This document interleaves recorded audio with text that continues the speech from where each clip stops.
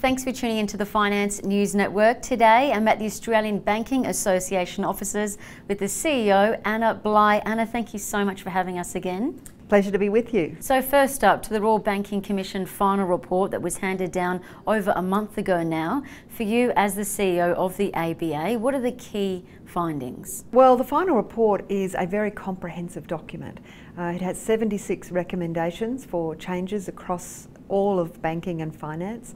29 of those recommendations are specific to banking, and a number of those, 7 of them, directly for implementation by the Australian Banking Association. And they are largely recommendations to change the Banking Code of Practice, which is administered by the association. So it's been a very busy time.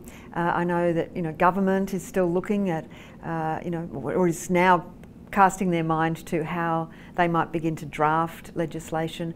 I know that the opposition has been making their position public. A number of other industry associations in insurance and financial advice are also looking at the parts of the report that apply to them. But if you look at it as a whole, I would see it as one of the largest comprehensive sector-wide pieces of reform that the industry has seen in decades. So it's big and it's important, and I think what you'll see at the end of it are much more customer-focused organisations. As you said, there's so much to look at and so much to take into account. But for you, what are the major steps that need to take place to implement necessary change? Our very clear priority is to get on as quickly as possible and implement the 7 recommendations that are directly for us to implement. And that means redrafting new clauses for our Code of Practice, having those submitted to ASIC for approval, and then including them in the Code of Practice. But beyond those 7, which have to be our very first priority, there are almost 24 others that require either the government to implement through legislation or the regulators to implement through their own processes. So the government, obviously we've got a federal election this year, and it's yet to be seen whether there'll be some legislation prior to the election or whether we could expect to see a lot of legislation after the election. And regardless of who wins, I would expect to see the second half of this year very, very occupied by ensuring that the drafting gets done, that it gets done in a way that captures the intent and the spirit of the Commissioner's recommendations, but is drafted in a way that is practicable, it can be implemented and will make a difference. Absolutely.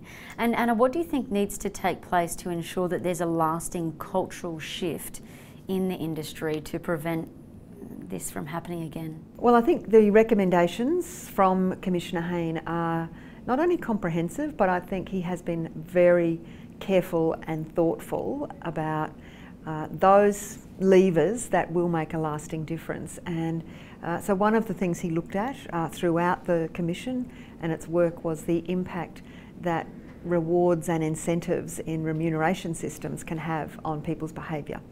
And he recommended that significant changes should happen there, and I think and so the industry had already done a report on that, and he has said the industry needs to implement that report. It will go a long way to solving that issue. So the industry itself has to really, I think, take the spirit of it, not just implement, tick, tick, tick, we've done that, but how do we take that and turn it into a real lever for cultural change so that we don't end up in a situation again where customers and their interests and their protections are not put first. So what time frame do you think is reasonable for the industry to really make these changes? Well, there are a number of recommendations that the industry itself is responsible for, and we're working very hard to get them done as quickly as possible. We would like to be in a position where they're in place at the latest by the end of this year. The government, whoever forms government after the next federal election, has a very big legislative program to implement the Royal Commission, and we would like to see them move quickly, but they need to draft it, consult on it, and then get it through the Parliament. So industry would like certainty about the timing of that as quickly as reasonably possible. Hard to predict in an election year though. But I think the important thing for the leadership of Australian banks, whether it's the chairs and CEOs or their boards and their executive teams, the real challenge is not just to implement those recommendations. That's necessary, but if you want real change, it won't be sufficient.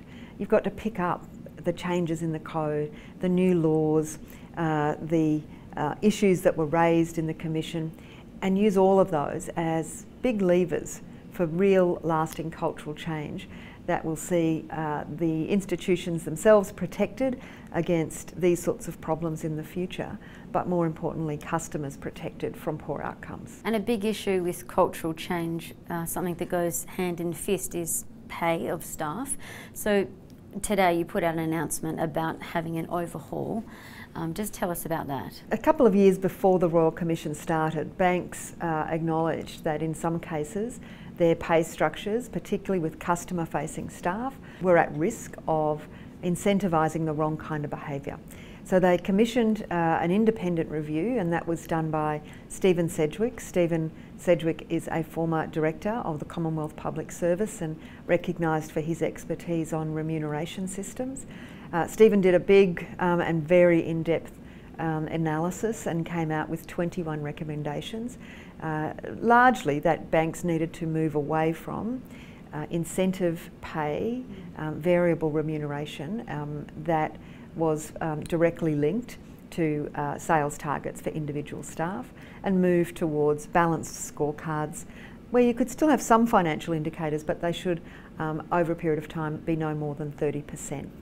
So Stephen also recognised that that would not be overnight, and that big cultural shifts around remuneration would take some time, and he set the target of the end of 2020 to have everything in place across all banks, regardless of their size and their shape and their structures. Banks take this so seriously that we thought we should, we're halfway through the process now, that we should go and have another really good look at is the industry on track, because this one is at the heart of a lot of the cultural change that's necessary and really important to get it right.